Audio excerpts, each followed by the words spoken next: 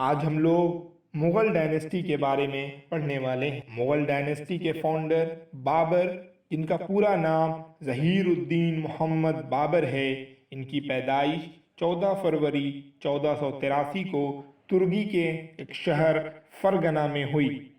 इनके father Umar Sheikh Mirza Taimur dynasty से आते हैं और इनकी माँ कुतलुग निगार खान चंगेज़ खान के ख़ानदान से। 1494 में इनकी पिता की मृत्यु हो गई और बाबर उस छोटी सी उम्र में ही फरगना के राजा बन गए। बाबर की ये ख्वाहिश थी कि वो समरकंद को जीते, क्योंकि उनके पिता उमर शेख मिर्ज़ा ने बहुत बार समरकंद पर आक्रमण किया था, लेकिन वो हर बार नाकाम हुए थे और समरकंद को अपने कब्जे में नहीं कर पाए थे।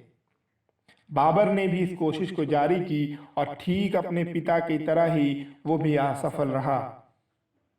बीच में एक बार उसने समरकंद को जीता, लेकिन 100 दिन के अंदर ही उसे फिर से एक लड़ाई का सामना करना पड़ा और वो समरकंद को हार गया।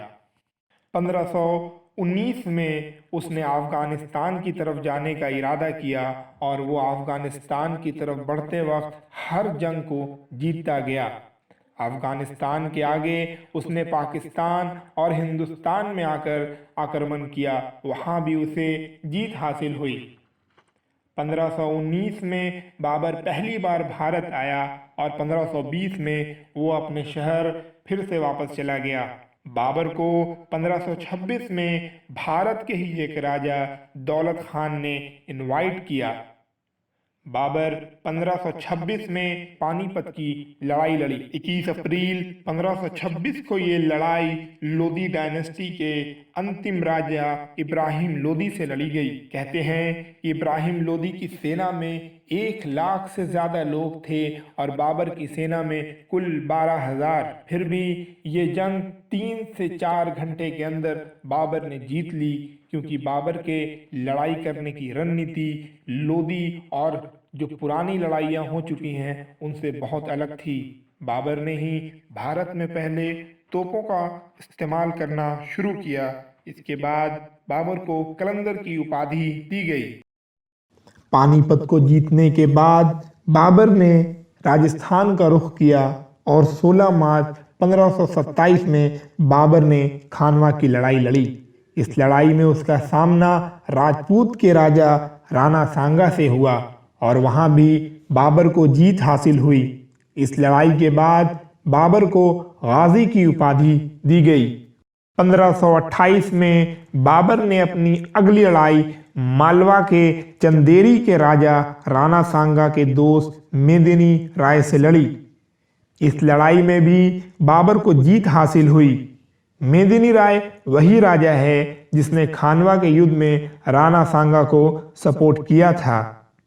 इस लड़ाई से पहले बाबर ने मेदिनी राय को चंदेरी के बदले शमशाबाद ऑफर किया, लेकिन मेदिनी राय उस ऑफर को ठुकराकर उसने लड़ाई को मंजूर किया और उस लड़ाई में उसे बुरी तरह से हार का सामना करना पड़ा।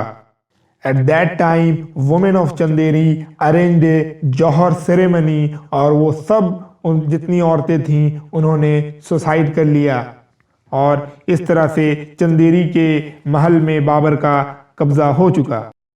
बाबर ने अपनी आखिरी लड़ाई 6 मई 1529 को बिहार के घाघरा में लड़ी। बाबर ने इस लड़ाई में अफगानी शासक महमूद लोदी, जो इब्राहिम लोदी का भाई था, उसको पराजित किया और इस तरह बाबर ने अपनी चारों लड़ाई में जीत हासिल कर पूरे भारत पर अपना कब्जा कर लिया और सबसे बड़ा शासन मुगल डायनेस्टी की स्थापना की। इन बाबर की 4 लड़ाइयों को याद करने के लिए हम एक ट्रिक यूज करते हैं जिसका नाम है बाबर ने पहले पानी पिया, फिर खाना खाया, फिर चंद देर आराम किया, फिर घर चला गया। पानी पीने से पानीपत की लड़ाई, खाना खाने से खानवा की लड़ाई, चंद देर आराम करने से चंदेरी की लड़ाई और घर चले जाने से घाघरा की लड़ाई। 26 दिसंबर 1530 को बाबर की बीमार पड़ने के कारण मृत्यु हो गई। उसके मैयत को आगरा के आराम बाग में दफनाया गया। उसके बाद उसे काबुल ले जाया गया। बाबर ने अपनी किताब तुस्के बाबरी में ये इच्छा जाहिर की थी कि उसके मैयत को काबुल में दफनाया जाए, इसलिए इसे आरामबाग से उठाकर काबुल ले जाया गया। बाबर ने अपनी किताब तुस्के बाबरी तुर्क भाषा में लिखी थी। बाबर ने अपने शासनकाल में चांदी का सिक्का चलवाया था जिसका नाम उसने शाहरुख रखा था।